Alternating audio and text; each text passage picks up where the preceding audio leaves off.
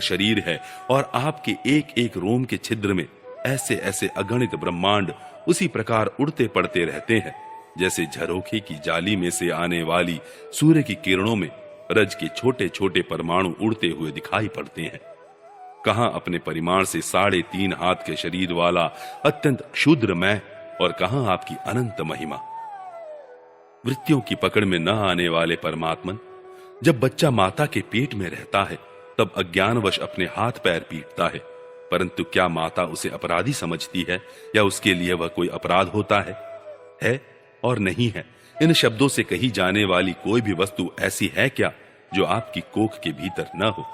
श्रुतियां कहती हैं कि जिस समय तीनों लोग प्रलयकालीन जल में लीन थे, उस समय उस जल में स्थित श्री नारायण के नाभि कमल से ब्रह्मा का जन्म हुआ।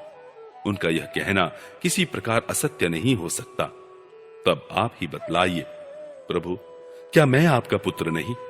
प्रभु, आप समस्त जीवों के आत्मा हैं, इसलिए आप नारायण हैं। आप समस्त जगत के और जीवों के अधीश्वर हैं, इसलिए आप नारायण हैं। आप समस्त लोकों के साक्षी हैं, इसीलिए भी नारायण हैं। नर से उत्पन्न होने वाले जल में निवास करने के कारण जिन्हें नारायण कहा जाता है, वे भी आपके एक अंश ही हैं। वह अंश रूप से दिखना भी सत्य नहीं है, आपकी माया ही है। भगवान, यदि आपका वह विराट स्वरूप सचमुच उस समय जल में ही था, तो मैंने उसी समय उसे क्यों नहीं देखा, जबकि मैं कमल नाल के मार्ग से उसे 100 वर्ष तक जल में ढूंढता रहा। फिर मैंने जब तपस्या की तब उसी समय मेरे हृदय में उसका दर्शन कैसे हो गया, और फिर कुछ ही क्षणों में वह पुनः क्यों नहीं दिखा, अंतर्धान क्यों हो गया। माया का नाश करने वाले प्रभु, दूर की बात कौन करे, अभी इसी अवतार में आपने इस बाहर दिखने वाले जगत को अपने पेट में ही दिखला दिया, जिसे देखकर माता यशोदा चकित हो गई थी। इससे यही तो सिद्ध होता है कि यह संपूर्ण विश्व केवल आपकी माया ही माया है।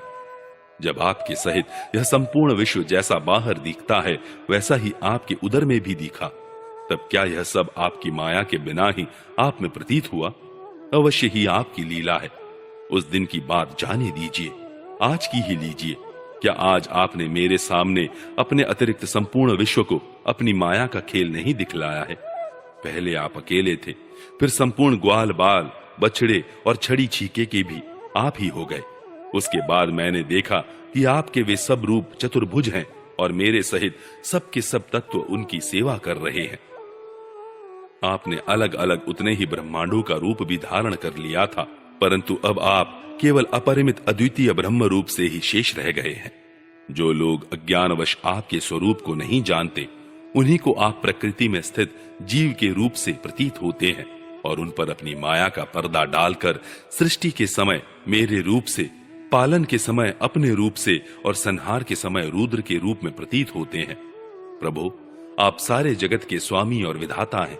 अजन्मा होने पर भी आप देवता, ऋषि, मनुष्य, पशु पक्षी और जलचर आदि योनियों में अवतार ग्रहण करते हैं, इसलिए कि इन रूपों के द्वारा दुष्ट पुरुषों का घमंड तोड़ दें और सत्पुरुषों पर अनुग्रह करें। भगवान, आप अनंत परमात्मा और योगेश्वर हैं। जिस समय आप अपनी योग माया का विस्तार करके लीला करने लगते हैं, उस समय त्रिलोकी में ऐसा कौन है जो यह जान सके कि आपकी लीला कहां, किस लिए, कब और कितनी होती है।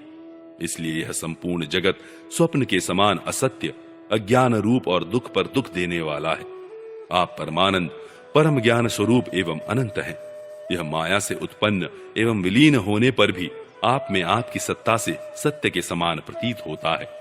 प्रभु, आप ही एकमात्र सत्य हैं, क्योंकि आप सबके आत्मा जो हैं। आप पुराण पुरुष होने के कारण समस्त जन्मादि विकारों से रहित हैं।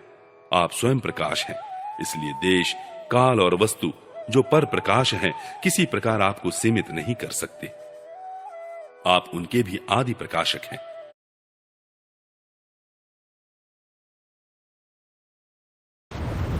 प्यार में डाउट तो होता है,